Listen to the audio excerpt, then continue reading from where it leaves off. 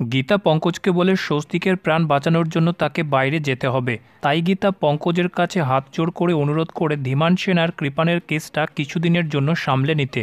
একটু পর কিরণকান্তির মুখ থেকে পঙ্কজ যখন জানতে পারে যে সে কি করে জানলো গীতা বাইরে যাবে, তার মনে সন্দেহ জাগে। প্রলয় অগ্নিজিৎকে বলে স্বস্তিকের পাহাড়ে যাওয়ার প্ল্যানটা কি তোমার, নাকি তোমার মাথায় এটা কেউ ঢুকিয়েছে? অগ্নিজিৎ বলে এটা বন্যে আর গিনির আইডিয়া। প্রলয় বলে আমি জানতাম এই নাম দুটোই শুনবো। আমি বুঝতে পারছি পাক্কা এর পেছনে কোনো ষড়যন্ত্র আছে। বদ্দা, আমার বিশ্বাস করো, নিশ্চয়ই এর পেছনে কোনো বড় প্ল্যানিং চলছে। স্বস্তিককে নিয়ে কারও কোনো চিন্তা নেই ওদের। কিন্তু অগ্নিজিৎ স্বস্তিকের কোনো কথাই শুনতে চায় না আর বলে যে প্রলয়, তুই শুনে রাখ, স্বস্তিক ফিরে এলে বাড়িতে একটা বড় বিয়ে হবে, সেটা হচ্ছে স্বস্তিক আর কাব্যার বিয়ে। অগ্নিজিতের সেখান থেকে চলে যাওয়ার পর বন্যে প্রলয় আর রাকার কাছে এটা স্বীকার করে নেয় যে সত্যিই পাহাড়ে কোনো বড় গন্ডগোল করার প্ল্যানিং তারা করেছে। যেটা শুনে রাকা আর প্রলয় হতবাক হয়ে যায়।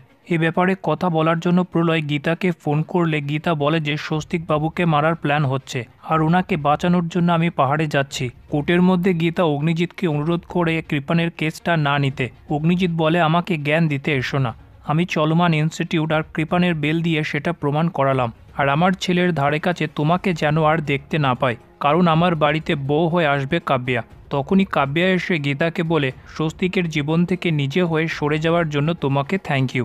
গীতা বলতে থাকে যে আমার স্বামীর কিছু হলে আমি তোমাদের কাউকে ছাড়ব না, যে করে হোক স্বস্তিক বাবুকে আমি বাঁচাবই। পরের দিন গীতা পাহাড়ের মধ্যে পৌঁছে স্বস্তিককে খুঁজে না পেলে গীতা চারিদিকে খোঁজাখুঁজি করতে লাগে, যেখানে এক গাড়ি গুন্ডা এসে গীতার সামনে এসে হাজির হয়।